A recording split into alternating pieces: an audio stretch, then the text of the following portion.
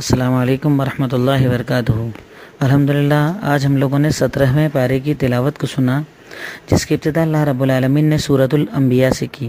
انبیاء کہا جاتا ہے، یہ پلورل کا صیغہ ہے، سنگولر اس کا ہوتا ہے نبی، نبی کی جمع انبیاء، کیونکہ اس سورت کے اندر کئی نبیوں کے واقعات کو اللہ رب العالمین نے ذکر کیا، اس لیے سورت کا نام سورۃ الانبیاء ہے۔ اس کی ابتدا میں پہلی آیت میں اللہ رب العالمین کہتا ہے، اقترب للناس حسابهم وهم فی غفلۃ معرضون، یقیناً لوگوں کے لیے حساب اور کتاب کا دن بہت قریب آ گیا ہے، لیکن اس کے باوجود وہ لوگ غفلتوں میں جی رہے ہیں اور اعراض کر کے یعنی اگنور کر رہے ہیں۔ اللہ رب العالمین اس آیت میں اصلاً مومنوں کو یہ خبر دینا چاہ رہا ہے کہ ایک انسان کو ہمیشہ قیامت کے لیے تیار رہنا چاہیے، اب اسے دور مت سمجھیے، کیونکہ خاتمے کا دن بہت زیادہ قریب ہے۔ اس کے بعد اللہ رب العالمین نبیوں کا ذکر کی ابتدا کرتے ہوئے ایک بات ارشاد فرماتا ہے، وَمَا أَرْسَلْنَا قَبْلَكَ إِلَّا رِجَالًا نُوحِي إِلَيْهِ، ہم نے آپ سے پہلے جتنے بھی لوگوں کو نبی بنا کر بھیجا، ہم نے سب کی طرف وحی کی۔ فَاسْأَلُوا أَهْلَ الذِّكْرِ إِن كُنتُمْ لَا تَعْلَمُونَ، تو چاہیے کہ لوگ ذکر والوں سے یعنی جن کے پاس علم ہے ان سے سوال کریں اگر وہ نہیں جانتے ہیں۔ وَمَا جَعَلْنَاهُمْ جَسَدًا لَا يَأْكُلُونَ الطَّعَامَ وَمَا كَانُوا خَالِدِينَ، اور ہم نے ان کو ایسا جسم نہیں دیا تھا کہ وہ کھانا نہ کھائیں اور نہ وہ لوگ ہمیشہ رہنے والے تھے۔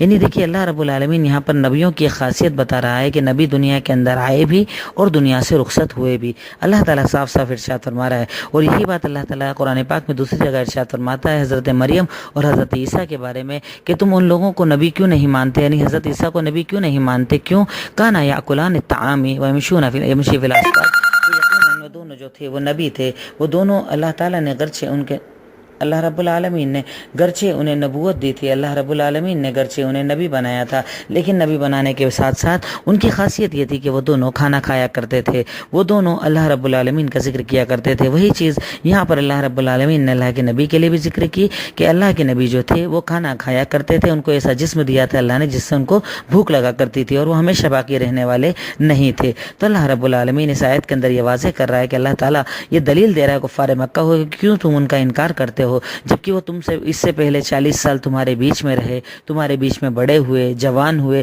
تب جب تم ان کو مانتے تھے، تم انہیں کو صادق اور امین بھی کہتے تھے، ان کی سچائی کو بھی مانتے تھے، اب جب انہوں نے کہا کہ اللہ ایک ہے تو تم نے کیوں انکار کر دیا؟ اس کے بعد اللہ رب العالمین اپنی دلیلوں کی طرف آتا ہے، آسمان زمین الگ الگ قسم کی دلیلوں کو اللہ تعالیٰ بیان کرتا ہے کہ اس کو دیکھ کر تو کم سے کم تم اللہ پر ایمان لے آؤ، کہ رات اور دن اللہ کی تسبیح بیان کرتے ہیں، یہ جتنی مخلوقات ہے وہ اللہ کی تسبیح بیان کرتے ہیں۔ اللہ تعالیٰ اس کے آگے ارشاد فرماتا ہے آیت نمبر 30 کے اندر اللہ تعالیٰ ارشاد فرماتا ہے، اولم یر الذین کفروا، کیا وہ لوگ جنہوں نے کفر کیا ہے اس بات کو نہیں دیکھتے کہ زمین اور آسمان آپس میں ملے ہوئے تھے، یعنی جب اللہ نے ان کو ابتدا میں بنایا تو یہ دونوں جوائنٹ تھے، ففتقناہما، پھر اللہ تعالیٰ نے دونوں کو الگ کیا، یعنی زمین کو نیچے رکھا اور آسمان کو اوپر کیا، وجعلنا من الماء کل شیء حی، اور ہم نے یقیناً پانی سے ہر زندہ چیز کو بنایا ہے، کیا یہ لوگ ایمان نہیں رکھتے؟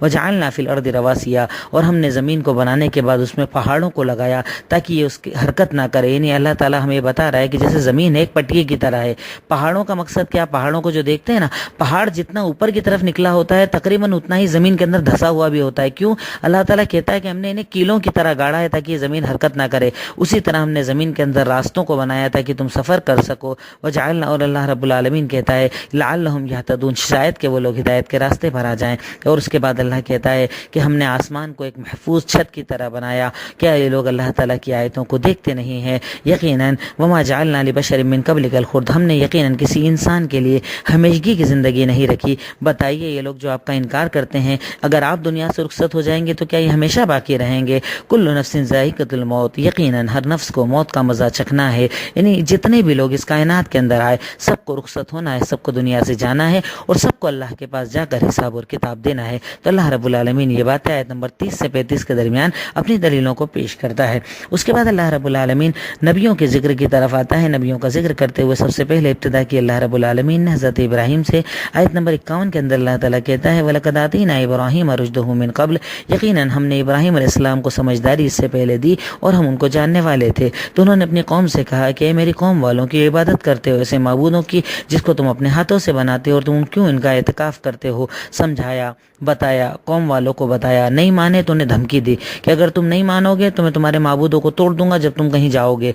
एक वक्त ये आया कि कौम कहीं गई हुई थी, हज़रत इब्राहिम ने सारे माबूदों को तोड़ दिया, जो बड़े वाला था उसकी गर्दन में कुल्हाड़ी को डाल दिया। अब जब कौम वाले आए और देखा कि अरे टूटे फूटे पड़े हुए हैं, तो उन्होंने कहा कि भाई किसने तोड़ा है? तो आयत नंबर 60 में कहते हैं कि एक आदमी ने कहा कि कालू समेना फतह यस्कुरुहुम युकालु लहू इब्राहिम, हमने एक नौजवान को इन बुतों के बारे में बुरा बोलते सुना है, उनका नाम इब्राहिम है। आए इब्राहिम अलैहिस्सलाम के पास, बताओ क्या तुमने हमारे बुतों के साथ ये किया है? तो कहा मैंने नहीं किया है, बड़े वाले ने किया है। फसलू इनकुन तुम इनकानु यंतिकून, पूछो ना, अगर वो बोलते हो तो उनसे पूछ लो। सारी कौमों के सर झुक गए कि नहीं, हमारे माबूद जिनको हम अपने हाथों से बनाते हैं, कैसे इनसे पूछे, तो बोल नहीं सकते। तब इब्राहिम अलैहिस्सलाम ने कहा कि क्यों इनकी इबादत करते हो? अब सर झुकाकर खड़े हो तो क्यों इबादत करते हो? ये ना फायदा दे सकते, ये ना नुकसान दे सकते। लेकिन देखिए क्या होता है कि जिसको कुफ्र करना हो ना, वो दलीलों के सामने हठधर्मी करता है। यही उन लोगों ने भी किया कि जला दो इब्राहिम अलैहिस्सलाम को और अपने माबूदों की मदद करो। लेकिन जब रब्बुल आलमीन अपने बंदों को बचाने पर आता है, वो बंदे जो दावत और तबलीग का काम करते हैं, वो बंदे जो दीन पहुंचाने और फैलाने का काम करते हैं, तो अल्लाह ताला कैसे बचाता है?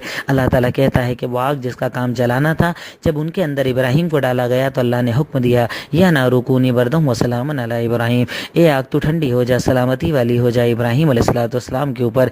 यानी इससे पता चलता है कि बंदा मोमिन को अपना काम करते रहना चाहिए, दुश्मनों की साजिशों से डरना नहीं चाहिए, क्योंकि अल्लाह जब बचाने पर आता है तो मिटाने वाली चीज़ से भी हमें ज़िंदगी दे सकता है। उसके बाद अल्लाह रब्बुल आलमीन ने हज़रत नूह अलैहिस्सलाम का जिक्र किया कि हमने उनको और उनके घर वालों को बचाया। फिर दाऊद और सुलेमान अलैहिस्सलाम का जिक्र किया। दाऊद अलैहिस्सलाम का जिक्र करते हुए कहा कि हमने लोहे को उनके लिए नरम कर दिया था, यानी जो चाहते थे आसानी के साथ बना लेते थे। हज़रत सुलेमान के लिए हमने हवाओं तक को मुसख्खर कर दिया था, यानी हवा और शैतान भी उनके हुक्म से काम किया करते थे। उसके बाद हज़रत अय्यूब का जिक्र किया आयत नंबर 83 के अंदर, तो अल्लाह ताला कहता है कि याद करो अय्यूब को कि जब उसको तकलीफ पहुंची थी, यानी बीमारी पहुंची थी, तो वो कहा करते थे रब्बी इन्नी मस्सनी अज़्ज़ुर व अंता अरहमुर राहिमीन, ए अल्लाह मुझे तकलीफ पहुंची है और यकीनन तो रहम करने वालों में सबसे ज़्यादा रहम करने वाला है। अगर आप हज़रत अय्यूब की सीरत को पढ़ेंगे तो ये नबी थे, अल्लाह ताला के बरगुज़ीदा बंदे थे, लेकिन 14 साल ऐसी बीमारी के अंदर रहे कि ये रो रो कर अल्लाह से दुआएं मांगते थे। आज हम ज़रा सी बीमारी आए परेशान हो जाते हैं, अल्लाह पर एतराज़, तकदीर पर एतराज़, मेरे घर बीमारी रहती, मैं ही परेशान रहता, इतना नमाज पढ़ते फिर भी अपना मसला हल नहीं होता। हम लोग ऐसे जुमले कहते हैं। वो नबी थे, नबी की तो कोई गलती भी नहीं होती, ख़ता भी नहीं होती, मासूम अनिल ख़ता होते हैं। उसके बाद भी सालों साल बीमार रहे, तब भी यही पुकारते रहे कि अल्लाह मुझ पर रहम कर दे। उसके बाद अल्लाह रब्बुल आलमीन ने हज़रत यूनुस अलैहिस्सलाम का जिक्र किया, वज़न्नून इज़्ज़ाहबा मुग़ादिबन फ़ज़न्ना अल्लन नक़दिर अलैहि फ़नादा फ़ी ज़ुलुमात, कि हज़रत यूनुस अलैहिस्सलाम का उसमें हल्का सा वाक़या जिक्र किया कि हज़रत यूनुस को अल्लाह ताला ने जब कौम की तरफ भेजा कि जाओ उन्हें तौहीद बताओ, यूनुस अलैहिस्सलाम ने समझाया, वो लोग नहीं माने, तो यूनुस अलैहिस्सलाम को गुस्सा आ गया। उन्होंने कहा कि देखो अब तुम्हारे पर अल्लाह का अज़ाब आएगा, मैं छोड़कर जा रहा हूँ। जबकि नबी की ड्यूटी ये होती थी कि उन्हें कौम को छोड़ना नहीं रहता था जब तक कि अल्लाह का हुक्म ना आ जाए। बराबर दीन के काम करते रहो, दावत देते रहो, जब तक कि अल्लाह की इजाज़त नहीं आएगी तब तक कि आप छोड़ नहीं सकते। जैसे हमारे नबी मक्का में कितने परेशान किए गए, मारना पीटना शहीद करना सहाबा किराम को सब हुआ, लेकिन जब तक अल्लाह ने हिजरत का हुक्म नहीं दिया आपने हिजरत नहीं की। वही मामला इनके साथ भी था, लेकिन ये गुस्से में कौम को छोड़कर चले गए।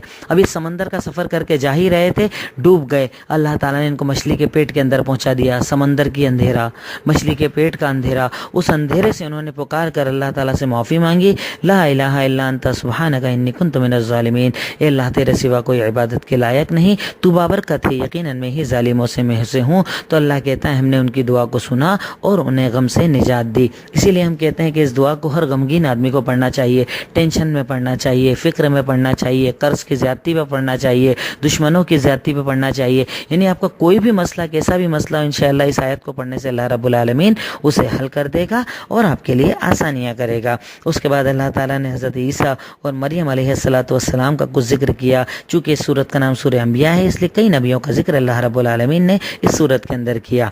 उसके बाद अल्लाह रब्बुल आलमीन ने सूरतुल हज, हज कहा जाता है उस सफ़र को जो हम लोग मोमिनीन अल्लाह ताला की रज़ा के लिए करते हैं, उस हज सूरह हज का जिक्र किया। अल्लाह ताला पहली आयत के अंदर क़यामत का जिक्र करते हुए इरशाद फरमाता है, या अय्युहन नासु तक़ू रब्बकुम इन्न ज़लज़लतस साअति शैउन अज़ीम, ए लोगों अपने रब से डरो, यकीन जानो क़यामत के दिन का ज़लज़ला बहुत अजीम होगा। उसकी अज़मत कैसी होगी? एक मोमिन को क़यामत से डरना चाहिए, अल्लाह के सामने फ़ैसलों से डरना चाहिए, अल्लाह ताला के सामने हिसाब और किताब से डरना चाहिए, क्योंकि अल्लाह ताला कहता है उस दिन की होलना नेकी को बताते हुए मोमिनों को डरा रहा है कि अपने अमाल को सुधारो और अल्लाह से डरो। क्यों? यौम तरौनहा, जब तुम उस दिन देखोगे तो क्या मामला होगा। तज़हलु कुल्लु मुर्दिअतिन अम्मा अर्ज़अत व तज़अु कुल्लु ज़ाति हमलिन हमलहा व तरन नास सुकारा व मा हुम बिसुकारा वलाकिन अज़ाबल्लाहि शदीद। उस दिन की हौलनाकी का ये आलम होगा कि वो औरतें, वो माएँ जो अपने बच्चों को दूध पिलाने वाली हैं, यानी गोद में जिनके बच्चे होंगे, डर के मारे बच्चों को फेंक देंगी। आज आप दुनिया में देखें, अगर किसी माँ की गोद में बच्चा हो तो लेटाने के पहले 2 बार बिस्तर चेक करती है, गीला है, सूखा है, कीड़ा तो नहीं, साफ सुथरा करने के बाद उसे लेटाती है। सोचो उस दिन की हौलनाकी कैसी होगी कि माँ अपने बच्चों को जमीन पर फेंक देंगी। वो औरतें जो प्रेग्नेंट होंगी, जिनके पेट में बच्चे होंगे, डर के मारे उनके बच्चों को वो जन्म देंगी। सोचो कितनी हौलनाकी का यह आलम होगा। अल्लाह ताला इससे डराने के बाद हम इंसानों को हमारी पैदाइश बता रहा है कि तू अकड़ता है, घमंड करता है, तकब्बुर करता है, मेरा इनकार करता है, नमाजों से दूर, रोज़ों से दूर, ज़कात और हज से दूर, सच से दूर, माँ बाप की फरमाबरदारी से दूर, पड़ोसियों से दूर, हर नेकी के काम से जब तू दूर रहता है तो क्या इंसान तो अपनी पैदाइश को भूल चुका है। या अय्युहन्नास इन कुंतुम फी रैबिम मिनल बास, क्या तुम क़यामत के दिन लौटाए जाने से शक में हो तो सुनो। इफ़इन्ना खलक़नाकुम मिन तुराब, हमने तुम्हें सबसे पहले मिट्टी से बनाया, फिर जब दुनिया में तुम्हारी पैदाइश हुई तो कैसे हुई। सुम्मा मिन नुतफ़तिन, तुम्हें मनी के हकीर कतरे से माँ के पेट के अंदर मनी का कतरे के जरिए तुम्हें पहुँचाया, फिर हमने सुम्मा मिन अलका, हमने फिर उसे जमा हुआ खून बनाया, सुम्मा मिन मुज़ग़तिन, फिर हमने उस खून को गोश्त का लोथड़ा बनाया। किसी की हम शक्ल देते हैं और किसी की शक्ल नहीं भी देते, यानी कोई ऐसा होता है जो पूरा होकर पैदा होता है और कोई ऐसा होता है जो अधूरा बच्चा पैदा हो जाता है, ताकि हम तुम्हें बताएं। व नुक़िरु फ़िल अरहामि मा नशाअ इला अजलिन मुसम्मा, फिर हम तुम्हें माँ के रहम में एक मुद्दत तक बाकी रखते हैं, फिर हम तुम लोगों को माँ के पेट से निकालते हैं। सोचो इसके अंदर कितनी सारी दलीलें हैं कि एक मनी का कतरा जिसमें जान नहीं थी, अल्लाह ताला ने उसे खून का लोथड़ा बनाया, फिर गोश्त का लोथड़ा बनाया, फिर उसे हड्डियाँ पहनाई और रूह दी। जिंदा होने के बाद माँ के पेट के अंदर है, न सांस आने की जगह, न खाना खाने की जगह, लेकिन वो अल्लाह ताला उस माँ के पेट के अंदर ऑक्सीजन पहुँचाता है, खाना पहुँचाता है, ज़िंदगी पहुँचाता है, इतने सी जगह के अंदर उसे बराबर जिंदा रखता है, सांस धड़कन सब चलाता है। यकीनन इसमें अल्लाह ताला की दी हुई दलीलें हैं। फिर अल्लाह कहता है उसके बाद हम तुम्हें एक बच्चे की शक्ल में पैदा करते हैं, फिर तुम्हें जवान करते हैं, फिर कोई ऐसा है जो मर जाता है, कोई ऐसा होता है जो बुढ़ापे तक जाता है, और जब बुढ़ापे में जाता है तो क्या होता है, हम उसे वापस जाहिल बना देते हैं, ना जानने वाला बना देते हैं। यानी एक आदमी कितना ही पढ़ा लिखा हो, देखो आप बुढ़ापे के अंदर उसकी अकल जाने लगती है, याददाश्त जाने लगती है। तो अल्लाह कहता है ये सब हमारी दलीलें हैं। इंसान सोच तेरी औकात क्या है, तेरी हैसियत क्या है। अल्लाह चलाए, जब तू गोद के अंदर माँ के बच्चा था, तू मोहताज था, तू चल नहीं सकता था, अल्लाह ने तुझे चलने वाला बनाया। तू मोहताज था, रो रो कर अपनी ज़रूरत बताता था, तेरी ज़बान में ताकत नहीं थी बोलने की, अल्लाह ने तुझे बोलने वाला बनाया। अब अल्लाह ने तुझे ताकत दी और जवान बनाया, तू मुतकब्बिर हो गया, तू गरीबों को छोटा समझता है, तू लोगों को हकीर समझता है, तू रिश्तेदारों को हकीर समझता है, गरीबों से ताल्लुकात रखना तुझे पसंद नहीं आता, तेरी बातचीत के अंदर तकब्बुर, तुझे अपनी गाड़ी ज़्यादा अच्छी लगती, तुझे अपना बैंक बैलेंस और अपने बंगले पर फ़ख्र है, तू लोगों को छोटा समझता है। क्या तू अल्लाह ताला से डरता नहीं? क्या तू अल्लाह का खौफ रखता नहीं? अल्लाह ताला अपनी इन आयतों के ज़रिए हमारे दिलों के अंदर अपना खौफ पैदा करना चाह रहा है। उसके बाद की आयतों के अंदर भी अल्लाह ताला ने अपनी कुदरत का जिक्र किया, हमें डराया। उसके बाद चूँकि इस सूरत का नाम सूरह हज है, तो अल्लाह ताला ने आयत नंबर 27 के अंदर हज का जिक्र किया कि हमने फिर इजाज़त दी, हमने फिर ऐलान करवाया कि हज़रत इब्राहीम के ज़रिए कि आओ हज करने के लिए अल्लाह के घर की तरफ, मक्का की तरफ, तो लोग यहाँ आने लगे। अल्लाह ताला हज के कुछ अहकामात को बताने के बाद एक आयत इरशाद फरमाता है, आयत नंबर 27 सूरह हज के अंदर अल्लाह ताला कहता है, ला यनालुल्लाह लुहुमुहा वला दिमाउहा वलाकिन यनालुहु अत्तक़वा मिनकुम, यनालुहु अत्तक़वा मिनकुम, कि तुम लोग कुर्बानी के दिनों में जो कुर्बानी पेश करते हो, हाजी लोग वहाँ पेश करते हैं, तुम यहाँ पेश करते हो, तो सुनो, अल्लाह ताला तक उस जानवर का गोश्त नहीं जाता, उसका खून नहीं जाता। अल्लाह ताला तक तुम्हारे जानवर का क्या जाता है? तुम्हारा तक़वा जाता है, कि जानवर के ज़िबह करने में तुम्हारे दिल में अल्लाह का डर कितना है, अल्लाह का खौफ कितना है। तुम 30,000 का लाए, 40,000 का लाए, 50,000 का लाए, 1 लाख का लाए, अल्लाह ताला पैसे और कीमत नहीं देखता, अल्लाह ताला तक़वा देखता है। अगर इरादा अल्लाह की रज़ा हो तो अल्लाह कबूल करता है, अगर इरादा ना हो अल्लाह की रज़ा का तो अल्लाह ताला कबूल नहीं करता। यहाँ तक कि हमारे नबी का फरमान है कि लोगों, तुम लोग कुर्बानी करने में अपनी नीयतों को साफ़ किया करो, रियाकारी से बचा करो। क्यों? क्योंकि तुम जब जानवर को ज़िबा करते हो तो अल्लाह की कसम, जब तुम छुरी चलाते हो, ज़मीन पर उसका खून गिरने से पहले अल्लाह उसे कबूल कर लेता है। तो ये सब बुनियादें हैं इखलास की। उसके बाद अल्लाह ताला ने कुछ क़िताल का जिक्र किया, जिहाद का जिक्र किया, जिहाद किन शर्तों पर जायज़ है उसका जिक्र किया। फिर अल्लाह ताला वापस अपनी कुछ कुदरतों का जिक्र करता है, قدرتوں کے ذکر میں اللہ تعالیٰ یہ بھی کہتا ہے کہ وہی اللہ تعالیٰ کی تو ذات ہے کہ تم نہیں دیکھتے کہ اللہ تعالیٰ آسمان سے پانی جب برساتا ہے تو مردہ زمینیں بھی ہری بھری ہو جاتی ہے۔ آیت نمبر 62 کے اندر اللہ تعالیٰ نے اپنی کچھ قدرتوں کا ذکر کیا۔ اس کے بعد اللہ تعالیٰ نے منسک کا ذکر کیا، یعنی یہ بتایا کہ تمہارے پر اللہ تعالیٰ نے کیا کیا ذمہ داری رکھی ہے۔ پھر اللہ تعالیٰ حیات اور موت کا ذکر کرتا ہے، زندگی اور موت کا۔ آخری میں اللہ تعالیٰ یہاں پر ایک مثال ذکر کرتے ہوئے ارشاد فرماتا ہے آیت نمبر 74 کے اندر، یا ایھا الناس ضرب مثل فاستمعوا له، اے لوگو سنو، ایک مثال بیان کی جا رہی ہے، سنو تو صحیح۔ ان الذین تدعون من دون اللہ، یقین جانو جن لوگوں کو تم اللہ کو چھوڑ کر پکارتے ہو، لن یخلقوا ذبابا، وہ ایک مکھی پیدا کرنے کی طاقت نہیں رکھتے ہیں۔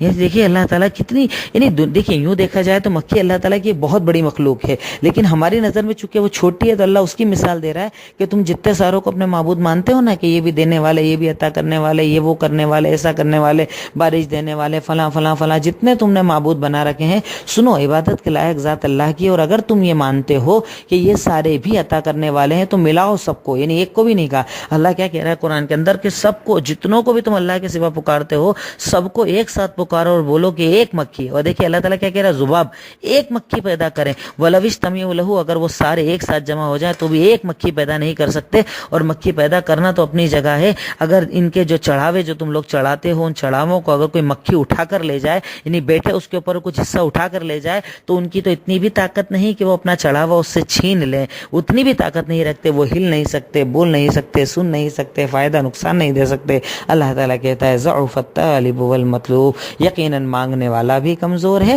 اور جس سے مانگا جا رہا ہے وہ بھی کمزور ہے، یعنی تم جسے پکار رہے ہو وہ تو کمزور ہے ہی صحیح، اسے پکار کر تم بھی کمزور بن جاتے ہو۔ اس لیے مومنو اگر پکارنا ہے تو اللہ کو پکارو، وہ اللہ جو علیم ہے، کبیر ہے، قدیر ہے، سمیع ہے، بصیر ہے، سننے والا، جاننے والا، علم والا، طاقت والا، قدرت والا، دینے والا، عطا کرنے والا، معاف کرنے والا، اور اللہ تعالیٰ ہر چیز پر قدرت رکھنے والی ذات، وہ اللہ جس نے آسمان بنایا، زمین بنائی، تمہیں چلنے کی طاقت دی، سمندر پر چلنے کی طاقت دی، بولنے کی طاقت دی، کھانے پینے کی طاقت دی، ماں کے پیٹ کے اندر تمہیں بولنے والا بنایا، ماں کے پیٹ کے اندر تمہیں سننے والا بنایا، کان دیے، آنکھ دی، ساری چیزیں دی، اس اللہ تعالیٰ کے آگے جھکو، اسی سے مانگو، اسی کو پکارو۔ اللہ تعالیٰ آج کی صورت کے اندر اصلاً ہمیں توحید کا درس دینا چاہ رہا ہے۔ اللہ تعالیٰ سے دعا ہے الہی مولا رب العالمین، اے خالق مالک رحمان رحیم، تو ہمیں صحیح معنوں میں توحید پر جمنے کی طاقت عطا فرما۔ السلام علیکم ورحمۃ اللہ وبرکاتہ۔